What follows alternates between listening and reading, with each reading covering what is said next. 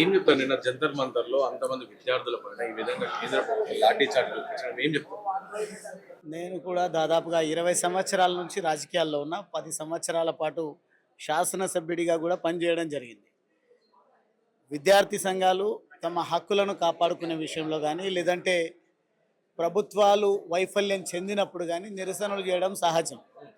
కానీ జంతర్ మంతర్ దగ్గర జరిగినటువంటి నిరసన ఏదైతే ఉందో తప్పకుండా ప్రతి ఒక్కరు ఆలోచన చేయాల్సిందే. కాకపోతే ఇక్కడ ఉన్నటువంటి నా వర్షన్ నేను గమనించినంత మేరకు ఏంది అని అంటే, విద్యార్థుల పేరిట, విద్యార్థుల హక్కుల పేరిట కొన్ని రాజకీయ పార్టీలు ప్రత్యక్షంగా రాకుండా పరోక్షంగా వాళ్ళను రెచ్చగొట్టే విధంగా ఏదో జరిగిన తప్పుకు పూర్తిగా ప్రభుత్వమే కారణం అన్నట్టుగా, ధర్మేంద్ర ప్రధాన్ గారే కారణం అన్నట్టుగా వారు వ్యవహరిస్తున్నటువంటి విధానంలో మాకు కొన్ని అనుమానాలు ఉన్నాయి. తప్పకుండా దీని విషయంలో ప్రభుత్వము, అదేవిధంగా కోర్టులు కూడా ఉన్నాయి. కోర్టులు తప్పకుండా ఇప్పటికే చాలామంది సంప్రదించి ఉంటారు. ఎవరు ముద్దాయి అనేది కూడా తేల్చడం జరిగింది. ఈ జరిగిన అవకతవకల విషయంలో, ఈ లీకేజ్ విషయంలో విద్యార్థుల జీవితాలు కొంత ఇబ్బందులకు గురైన మాట వాస్తవమే. కానీ కారకులు ఎవరో తేల్చింది. ఇప్పటికీ కారకులు ఎవరో తెలిసిన తర్వాత కూడా మంత్రి గారే రాజీనామా చేయాలి, లేదు అనంటే మేము మా డిమాండ్లన్నీ కూడా ఒప్పుకోవాలి అంటే ప్రతిదానికి ఒక సందర్భము, వ్యూహము, పద్ధతి కూడా ఉంటుంది. కాబట్టి తప్పకుండా జరిగిన నష్టం విషయంలో కేంద్ర ప్రభుత్వము ఆలోచించే నిర్ణయాలు తీసుకుంటుంది. కానీ ఈ ప్రమేయం ఏదైతే ఉందో విద్యార్థుల ఉద్యమాలలో కావాలని రాజకీయ కోణంలో రాజకీయం చేస్తూ కనిపించకుండా తప్పు దీన్ని అనాల్సి వస్తే కాంగ్రెస్ పార్టీని, ఆమ్ ఆద్మీ పార్టీ, కొన్ని రాజకీయ పార్టీలను అనాల్సినటువంటి అవసరం ఉంది. ఈరోజు ప్రభుత్వం తీసుకున్నటువంటి నిర్ణయము మళ్ళీ పరీక్ష నిర్వహించి ఎంత పటిష్టమైనటువంటి జాగ్రత్తలు తీసుకొని నీట్ నిర్వహించిందో మనందరికీ కూడా తెలుసు. కానీ దీని విషయంలో ప్రభుత్వం నిర్ణయం తీసుకునే వరకు కూడా కొంత విద్యార్థులు సహనంతో ఉండాల్సినటువంటి అవసరం ఉంది. నేను విజ్ఞప్తి చేస్తా ఉన్న రాజకీయ పార్టీలకు, తమ రాజకీయ అవసరాల కోసం, తమ ఎగ్జిస్టెన్స్ కోసం ఈ వేదికలను వాడుకొని గందరగోళానికి సృష్టించడం అనేది మరొకసారి విద్యార్థులను మీ స్వార్థం కోసం మరోవైపు మళ్లిస్తున్నట్టుగా కనిపిస్తూ ఉంది. కాబట్టి ఈ విషయంలో ప్రభుత్వం తీసుకున్నటువంటి నిర్ణయాల విషయంలో మనం వేచి చూడాల్సినటువంటి అవసరం ఉంది. ప్రభుత్వం సరి అయినటువంటి న్యాయం విద్యార్థులకు, నష్టపోయినటువంటి వాళ్లకు చేసేటువంటి అవకాశం ఉంది. మీరు 10 ఏళ్లుగా రాజకీయాలు ఉన్నారు కాబట్టి మీకు అవగాహన కూడా ఉండొచ్చు. 10 ఏళ్లుగా కంటిన్యూగా నీట్ పేపర్ లీక్, అప్పుడో ఇప్పుడో నీట్ పేపర్ లీక్తో పాటు సిబిఎస్ఈ, రీసెంట్గా సిబిఎస్ఈ సంబంధించి ఇట్లా ప్రతి ఒక్క ఎగ్జామ్, సో ప్రతి ఆల్మోస్ట్ 100లో ఒక 40 to 50 ఎగ్జామ్లు లీక్ అవుతున్నాయి. సో అందుకని మేము ఈ ధర్మేంద్ర ప్రధాన్ని రాజీనామా చేయాలని కోరుతున్నామని వాళ్ళంటారు. అంటే 10 ఏళ్లుగా జరుగుతుంది, ఇదే విధంగా జరుగుతూ ఉన్నాయి. దాని విషయంలో పార్లమెంట్ చర్చిస్తుంది, చట్టసభలు చర్చిస్తాయి. కానీ అధికారాన్ని, అవకాశాన్ని పూర్తి స్థాయిలో తమ స్వార్థం కోసం వాడుకునే ధోరణిలో దోషి ఎవరని తేల్చిన తర్వాత కూడా ప్రభుత్వానికి పట్టింపే లేదనే పద్ధతిలో వారు ఏదైతే ఇంప్రెషన్ ఇవ్వదలుచుకున్నారో అది పొరపాటు. ప్రభుత్వం నిర్ణయం తీసుకున్నది కాబట్టి, దోషి తేలిపోయినారు కాబట్టి వారిపైన తగు చర్యలు ప్రభుత్వం తీసుకుంటూనే పటిష్టమైనటువంటి పద్ధతిలో నీట్ను కూడా నిర్వహించడం జరిగింది. భవిష్యత్తులో ఇటువంటి పునరావృతం కాకూడదు అని అంటే స్ట్రింజెంట్ చట్టాలు రావాల్సినటువంటి అవసరం ఉంది.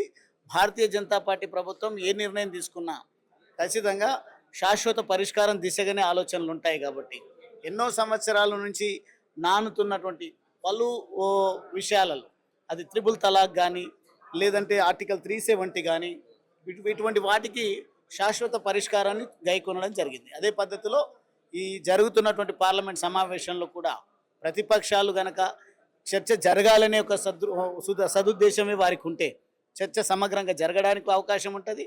మరొకసారి ఇటువంటి సంఘటనలు పునరావృతం కాకుండా భారతీయ జనతా పార్టీ నిర్ణయం కూడా తీసుకుంటుందని నాకు విశ్వాసం. సో నిన్న జంతర్ మంతర్లో అంతమంది విద్యార్థులపైన లాఠీలు గురిపించడం, సో ఈ లాఠీలో చాలా మంది విద్యార్థులు తలకాయలు పగిలినాయి, దెబ్బలు తాకినాయి. సో వాటిపైన వారి గురించి నేను నిన్న ఢిల్లీలోనే ఉన్నా.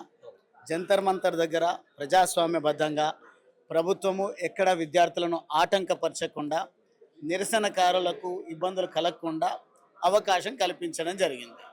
కానీ అందులోనే కొంతమంది చొచ్చి కావాలని మేము పార్లమెంటును ముట్టడిస్తామని చెప్పే ధోరణిలో కొంతమంది కనుక మీరు విజువల్స్ గమనించినట్టయితే విద్యార్థులు కానటువంటి వాళ్ళు చాలామంది విద్యార్థుల సమస్యలను ఆసరాగా తీసుకొని దాన్ని పొల్యూట్ చేసేటువంటి పద్ధతిలో పోతున్నారు. అది అంతిమంగా మన పిల్లలకే, మన విద్యార్థులకే నష్టం వాటిల్లేటువంటి అవకాశం ఉంటుంది. కాబట్టి ప్రతి విషయాన్ని రాజకీయ కోణంలో చూడకుండా ప్రతిపక్షాలు కానీ సమాజం అయితే ఎట్లా ఆలోచిస్తుంది. కానీ ఉనికిని కోల్పోతున్నటువంటి రాజకీయ పార్టీల ధోరణి మారాల్సినటువంటి అవసరం అయితే ఎంతైనా ఉంది. పిల్లల భవిష్యత్తు కోసం అక్కడికి వచ్చి ధర్నా చేస్తున్నారని చెప్పి కూడా అంటున్నారు కదా. అదే అంటున్నాం కదా, విద్యార్థులు ధర్నా చేసుకునే అవకాశం ఇచ్చింది ప్రభుత్వం, ధర్నా జరిగింది. విద్యార్థులకు జరిగిన నష్టం విషయంలో ఎవరైతే ఈ లీకేజ్కు కారకులు ఉన్నారో వాళ్ళను పట్టుకోవడం జరిగింది, వాళ్ళు ఎవరో తేల్చడం జరిగింది, వారిపైన చర్యలకు కూడా ప్రభుత్వం పూనుకోవడం జరిగింది.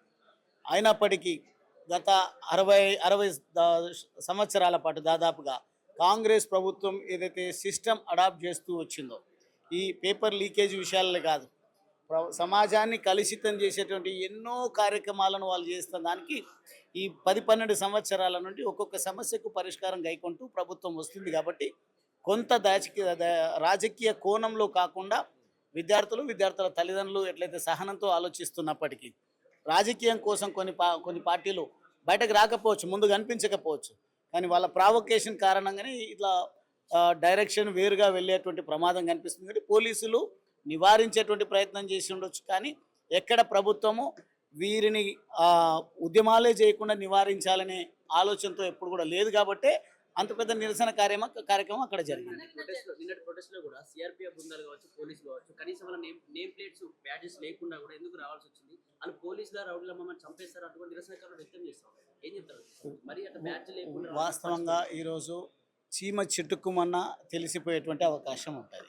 ఒకవేళ మీరు అన్నట్టుగా బ్యాడ్జెస్ లేకుండా, నేమ్ ప్లేట్ లేకుండా, వాళ్ళని గుర్తించకుండా ఎవరైనా చొచ్చి ఉంటే ప్రమాదం ఇంకా పెరిగేటువంటి అవకాశం ఉంటుంది. అందుకే నేను అంటా ఉన్నా, ఇటువంటి విద్యార్థుల కార్యక్రమాలకు పూర్తి స్థాయి స్వేచ్ఛ ఇచ్చి నిరసన చేసే అవకాశాన్ని కేంద్ర ప్రభుత్వం, ఢిల్లీ కేంద్రము కల్పించినప్పుడు ఒక పద్ధతిగా నిరసనకారులు విద్యార్థులు చేస్తున్నటువంటి ప్రొటెస్ట్ను గమనించి మీకు తోచిన విధంగా మీడియా ఉంది, వివిధ వేదికల ద్వారా వాళ్ళ సమస్యను ఇంటెన్సిఫై చేయాలి అనుకుంటే మంచి కోణంతో పాజిటివ్ దృక్పథంతో చేయాలంటే అవకాశం ఉంది. కావాలని విద్యార్థులకు తోడుగా ఇతరులు అక్కడ వచ్చిందంటే పోలీసు వేషంలో కూడా ఇతర పార్టీలకు సంబంధించి ఇతర పార్టీలు పంపించినటువంటి వాళ్ళు కూడా ఉన్నారేమో అనేది మాకు కూడా అనుమానం వస్తుంది. కాబట్టి కొంచెం ఆచితూచి విద్యార్థుల సమస్య చాలా సెన్సిటివ్ విషయం, కాబట్టి దీని విషయంలో మనం జాగ్రత్తగా ఉండాల్సినటువంటి అవసరం ఉంది.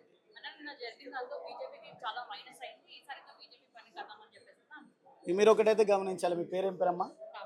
కావ్య గారు, మీరు గమనించండి, ఇప్పుడు ప్రతిపక్షమే లేకుండా పోయింది, ప్రతిపక్షము స్వార్థపూరిత రాజకీయాలకే పరిమితం అయింది. కాబట్టి ప్రతిపక్షము ఎటుపోయిందని ప్రభుత్వాన్ని ఎంతైతే ప్రజలు ప్రశ్నిస్తున్నారో అంతకంటే దారుణమైనటువంటి చివాట్లు ప్రతిపక్షాలకు పెడతా ఉన్నారు. దానికి కారణం ప్రతిపక్ష పార్టీలు కేవలము రాజకీయ కోణంలోనే ఆలోచిస్తున్నాయి తప్ప ప్రజా సమస్యల విషయంలో ఏదైనా సమస్యలు వచ్చినప్పుడు వాటి విషయంలో ప్రభుత్వానికి వివిధ వేదికల ద్వారా, అది పార్లమెంట్ సమావేశాలు జరుగుతూ ఉన్నాయి, పార్లమెంట్ను జరగనించి పార్లమెంట్లో ఈ సమస్యలను లేవనెత్తితే నిజంగా ప్రజల పక్షం వహించినట్టుంటుంది. కాబట్టి ఈరోజు ప్రధాన ప్రతిపక్ష పార్టీలు, విపక్షాలు అనేటివి కేవలం రాజకీయాలకే పరిమితం అవుతుంది. ఇది దుర్మార్గం, శోచనీయం. కాబట్టి మా ప్రభుత్వం పార్లమెంట్ సమావేశాలు ఒక సిస్టంలో నడవాల్సిందే.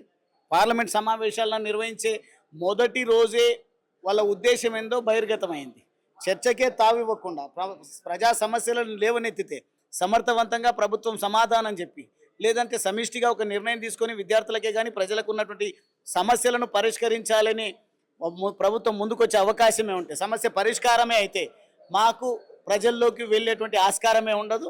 సమస్యలను మేము లేనిది ఉన్నట్టుగా, ఉన్నది లేనట్టుగా చూపించి మేము మళ్ళీ అధికారంలోకి రావడం సాధ్యం కాదు అని కేవలము అధికారమే ఎజెండాగా పెట్టుకున్నటువంటి ప్రధాన ప్రతిపక్ష పార్టీలు ఉన్నాయి. కాబట్టి ఇటువంటి విద్యార్థుల సంఘాలు కానీ లేదంటే ఏ సంఘాలతోనో సంస్థలతోనో పనిచేయకుండా వాళ్ళకి సమస్య వచ్చినప్పుడు స్పందించే విధంగా, గలం విప్పే విధంగా వేదికను కల్పిస్తుంది. కాబట్టి నిన్నటి జరిగినటువంటి విషయాలతోన ప్రభుత్వం కంటే ఎక్కువ ప్రతిపక్షం తర్జన భర్జనలో పడ్డది. ప్రతిపక్షం మా ఉనికే లేకుండా పోయింది. మేము పోషించాల్సినటువంటి పాత్రను విద్యార్థులు పోషిస్తున్నారు. దీంట్లో ఏదో రకంగా పప్పులో ఉప్పేసి ముందుకు రావాలనే ధోరణిలో వాళ్ళు పంపిస్తున్నటువంటి కొంత ఆ నేర చరిత్ర ఉన్నటువంటి వాళ్ళను పంపిస్తున్నట్టుగా నిజంగా విస్తృతంగా విద్యార్థి లోకంలో చర్చ జరుగుతుంది.